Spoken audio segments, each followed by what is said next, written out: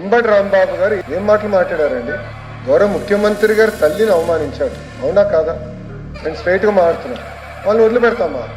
అధ్యక్ష, మా సొంత కార్యకర్త భారతిరెడ్డి గారి గురించి మాట్లాడితే ఇమ్మీడియట్ గా మేము యాక్షన్ తీసుకున్నాం.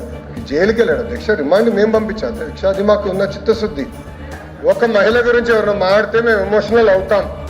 మీరెక్కడ అవ్వట్లేదు. మేము ఒక్క నిమిషం మాజీ ముఖ్యమంత్రి గారు ఏం చెప్పారు? అక్కడికి వెళ్ళి 2 చిన్న మాటలు చెప్పారన్నారు. మీకు తెలియకపోతే మీరు బయటకు వెళ్ళొచ్చు. ఆయన ఏమన్నారు? 2 చిన్న మాటలు చెప్పారంట. ఒక తల్లిని అమలు చేస్తారు, 2 చిన్న మాటలు ఉంటాయి మీకు. చిన్న మాటలు ఉంటాయి మీకు.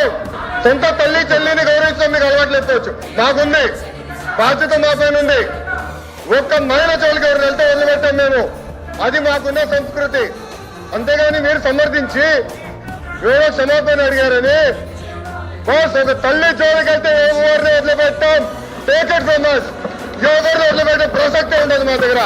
ఎవరు తల్లైనా, జగన్మోహన్ రెడ్డి గారి తల్లైనా కూడా, ఎవరు తల్లైనా, ఎవరు చెల్లైనా, ఎవరు అక్కైనా, ఒక మహిళ జోలికి వెళ్తే ప్రజాప్రభుత్వం ఎవరిని వదిలిపెట్టే ప్రసక్తే ఉండదు. అది మా గౌరవ ముఖ్యమంత్రి గారు చెప్పారు, గౌరవ ఉప ముఖ్యమంత్రి గారు చెప్పారు. మేము ఎవరిని వదిలిపెట్టాం. ముందు మీరు చూస్తారు కదా.